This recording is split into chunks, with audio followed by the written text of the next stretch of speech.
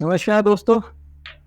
आज हम बात करेंगे भूमि के लक्षण की। जब सबसे पहले आप कोई प्लॉट बाय करते हैं तो आपको किन चीज़ों का विशेष ध्यान रखना है। पहला चीज़ आपको ध्यान रखना है कि आप किस वर्ण का काम करना चाहते हैं, मतलब क्षत्रिय वर्ण, ब्राह्मण वर्ग। ये वर्ग जो है ये जाति के हिसाब से नहीं है, ये आपके कर्म के हिसाब से है। मतलब यदि कोई टीचर है, कोई पढ़ाने वाला व्यक्ति है, चाहे वो किसी भी जाति का हो, हम उसको ब्राह्मण वर्ग में ही गिनते हैं। ऐसे ही कोई क्षत्रिय मतलब पुलिस वाला है, आर्मी वाला है, एडमिनिस्ट्रेटिव ऑफिसर है, तो हम उसे क्षत्रिय वर्ग में ही गिनते हैं। व्यापारी वर्ग को हम वैश्य वर्ग में गिनते हैं, और जो लेबर क्लास है उसको हम शूद्र वर्ग में गिनते हैं। वास्तु के इन 4 वर्गों में बांटा गया है, भूमि को भी इन 4 वर्गों में बांटा गया। अब भूमि में पीली मिट्टी, लाल मिट्टी, काली मिट्टी, ये 3 तरह की मिट्टी हमें देखने को मिलती है।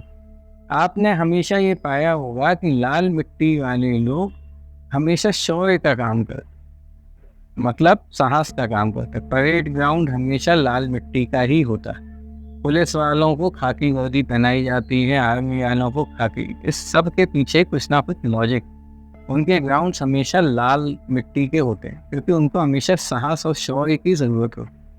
इसी प्रकार वैश्य वर्ग या व्यापारी वर्ग के लिए हम हमेशा पीली मिट्टी का सदुपयोग करना ज़्यादा पसंद करते हैं। व्यापारी वर्ग को पीली मिट्टी सबसे ज़्यादा शुभ फल प्रदान करती है।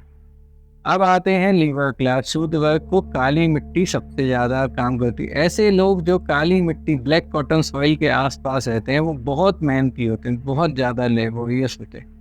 अब कई जगह पे मिक्स मिट्टी पाई जाती है, या जिसको हम पीली मिट्टी भी बोलते हैं। तो ऐसे लोग, ब्राह्मण वर्ग की ऐसी मिट्टी जो है, ऐसी जमीन ब्राह्मण वर्ग के लिए बहुत सूट होती है, मतलब टीचर्स के लिए बहुत अच्छी है। आपको बड़ा टीचर बनना है या तो आप ऐसे वर्ग की मिट्टी लें। तो भूमि लेते टाइम सबसे पहले आपको एनालिसिस करना है कि वो जो प्लॉट आप खरीद रहे हैं उसकी मिट्टी कैसी है और आप काम क्या करना चाहते हैं। दूसरी चीज़, प्लॉट हमेशा चौरस यानी कि स्क्वायर या रेक्टेंगुलर आयताकार, दो में से ही एक शेप का चूज करें। इसके अलावा कोई भी शेप आप चूज करते हैं तो उसमें आपको कुछ ना कुछ दिक्कतें आती ही आती हैं। तीसरी चीज, जब भी आप प्लॉट चूज करें तो कोशिश ये करें कि वो प्लॉट की मेन डायरेक्शन सामने हो, मतलब विदिशा कॉर्नर पे ना हो। जैसे ईस्ट यदि 40 डिग्री पे आ गया तो ऐसे साइड में कॉर्नर पे आ गया तो ऐसे प्लॉट विदिशा प्लॉट कहलाते हैं, जिनकी मेन डायरेक्शंस कॉर्नर पे।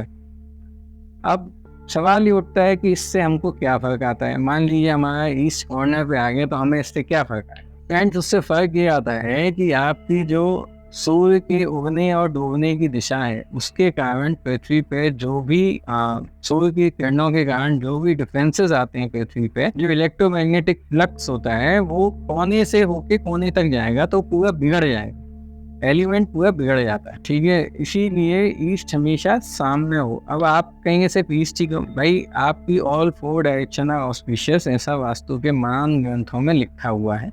कोई भी दिशा अशुभ नहीं है, वास्तु में सभी दिशाएं शुभ हैं। लेकिन विदिशा प्लॉट में जिनकी मेन डायरेक्शन कोने पे, ये इसका प्रोग्रेस बहुत स्लो पाई जाती है क्योंकि इसमें सूर्य की जो बेनिफिट्स आपको मिल रहे हैं वो डायगोनल में डिस्टर्ब हो जाते हैं।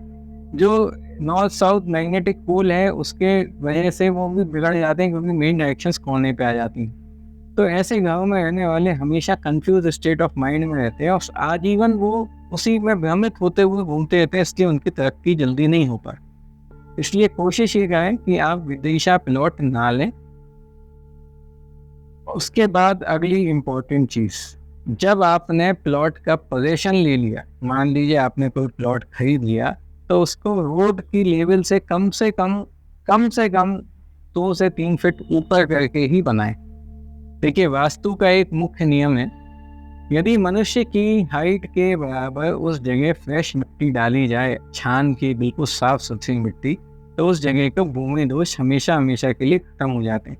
अब आजकल के अर्वाचीन युग में हम फुटिंग्स जो हैं 4-5 फीट तो ले ही जाते हैं।